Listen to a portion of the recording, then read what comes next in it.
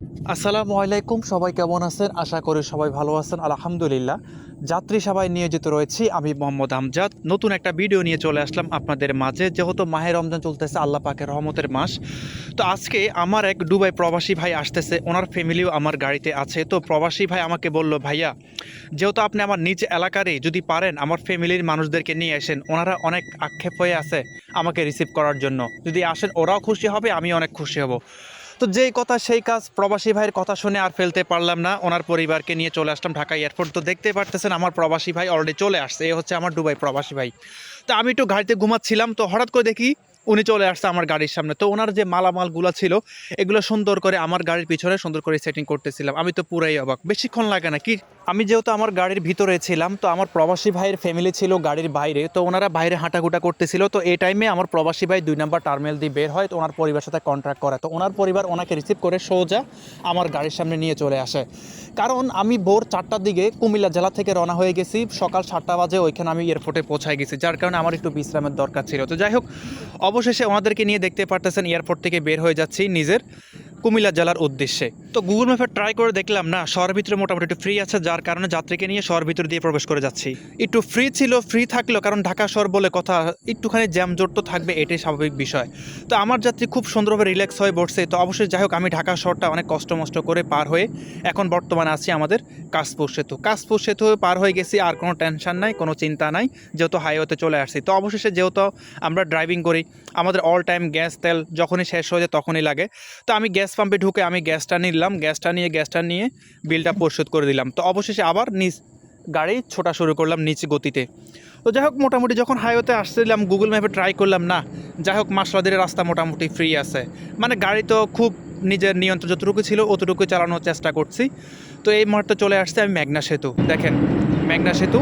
তো অবশ্যই যাই হোক, মেঘনা সেতু পার হয়ে গেছি। মেঘনা সেতু পার হওয়ার পর যখন হাইওয়েতে কোনো গাড়িতে সাইড দিচ্ছিলাম না, একটার পর একটা গাড়ি ওভারটেক করতেছিলাম। আর এই বাসটা, এই লোকাল বাসটা আমাকে এমনটা চাপ দিছে, তো হয়তো আপনারা দেখছেন, মানে আমি প্রাইভেট, ও লোকাল একটা বাস আমার সাথে মানে খুব মানে খেলবে এমন একটা অবস্থা। যাই হোক, কোনো প্রকার পাত্তাই দিলাম না। তো অবশেষে দাউদকান্দি ব্রিজ টিজ এগুলো সব কিছু পার হয়ে চলে আসলাম ইলটগঞ্জ বাজার। আগে ইলটগঞ্জ এখান থেকে পাইকারিরা, ওনার তরমুজ ব্যবসায়ীরা, ওনারা ওইখান থেকে পাইকারি তরমুজ কিনে এখানে সিরিয়ালে বসে থাকে প্রবাসীদের আশায়, যে প্রবাসীরা কখন আসবে, যে এখানে ভালো একটা দামে তরমুজ বিক্রি করতে পারবে। তো আমার যাত্রী ভাই বলতেছে, ভাই যেহেতু বাড়িতে যাব, দেখেন এখানে আশেপাশে রাস্তার পাশে নাকি তরমুজ বিক্রি করে, আমরা ফোনের মধ্যে দেখি।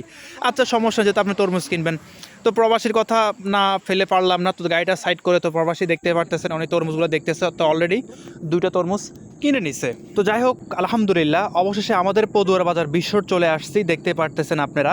তো এরকম আমাদের অনেক প্রবাসী যাত্রী, আরও অনেক যাত্রী আমাদেরকে বলে, যখন তার পরিবারের কাছে গন্তব্যে যখন যায় আমাদেরকে বলে, ভাই আমি এই জিনিসটা নিব, আমি ওই জিনিসটা নিব, কিছু ফল ফ্রুট নিব। তো আমরা একটা সেফলি জায়গায় দাঁড়িয়ে তাকে ওই জিনিসটা নিয়ে দেওয়ার চেষ্টা করি। তো যাই হোক, অবশেষে আমাদের লাকসাম দেখতে পারতেছেন, এটা হচ্ছে আমাদের লাকসাম বাইপাস। আমার তো আর লাকসাম থানা পড়ে নাই, আমার পড়ছে নাঙ্গলকোট থানা। নাঙ্গলকোট থানা কুমিল্লা জেলায় পড়ছে আর কি আমার বাড়ি।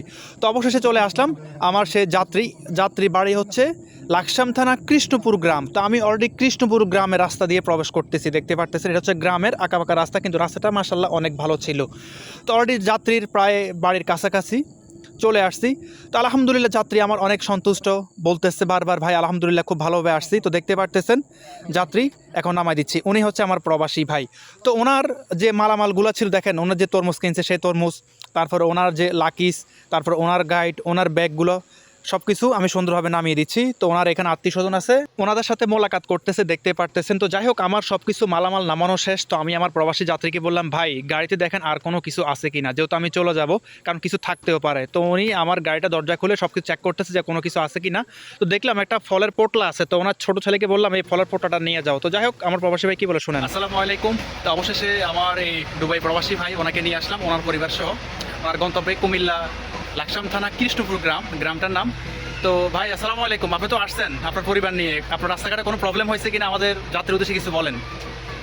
আসসালামু আলাইকুম সম্মানিত দর্শক ভাইয়েরা, আমি সঠিকভাবে আসছি এবং ঢাকা এয়ারপোর্ট থেকে আমার বাড়ি পর্যন্ত পরিবার নিয়ে।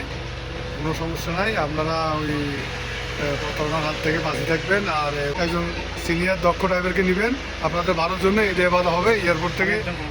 আর আমি একজন প্রবাসী, এখন আমি তো আমি যাকে নিয়ে আসছি উনি তো মোটামুটি ভালো ড্রাইভার আছে। এখন ওনাকে আপনারা যে কোনো সময় যদি আসতে চান ওনার সাথে আপনারা তার প্রতি যোগাযোগ রাখবেন, ওনাকে এর প্রতি ওনার গাড়ি কার আছে যেটা প্রয়োজন আনতে পারবেন, অসুবিধা নেই, কোনো সমস্যা নেই। আচ্ছা, যাই হোক, অবশেষে আমার প্রবাসী ভাইয়ের কথা তো শুনলেন। তো আপনারা যারা এখন সামনে যেহেতু ঈদ রমজান মাস চলতেছে, তো অনেকেই আছেন আপনার গ্রামের বাড়ি থেকে আপনার পরিবার এয়ারপোর্টে একটা গাড়ি নিয়ে যে আপনাকে রিসিভ করতে, আবার অনেক প্রবাসী ভাই আছেন যে এয়ারপোর্ট থেকে আপনি একটা অপরিচিত গাড়ি ভাড়া করে আপনি আপনার পরিবার কাছে যাবেন, কিন্তু অপরিচিত গাড়ি ভাড়া করতে আপনার গন্তব্যে পৌঁছাবেন তার কোনো গ্যারান্টি নাই। তো আপনারা ইচ্ছা করলে আমার সাথে যোগাযোগ করতে পারেন, ইনশাআল্লাহ আপনাদেরকে নিয়ে সঠিকভাবে আপনার পরিবার কাছে পৌঁছে দিব। আচ্ছা, পৌঁছাবে আল্লাহ তাআলা, আমি জাস্ট ওসিলা। তো আমার ভিডিওটা ভালো লাগলে অবশ্যই শেয়ার করে দিবেন আর পেজটা ফলো করে দিন, যাতে সবার আগে ভিডিওটা চলে যায় আপনার কাছে। তো আজকে এই পর্যন্তই, সকালে ভালো থাকবেন, আসসালামু আলাইকুম। আল্লাহ হাফেজ ভাই।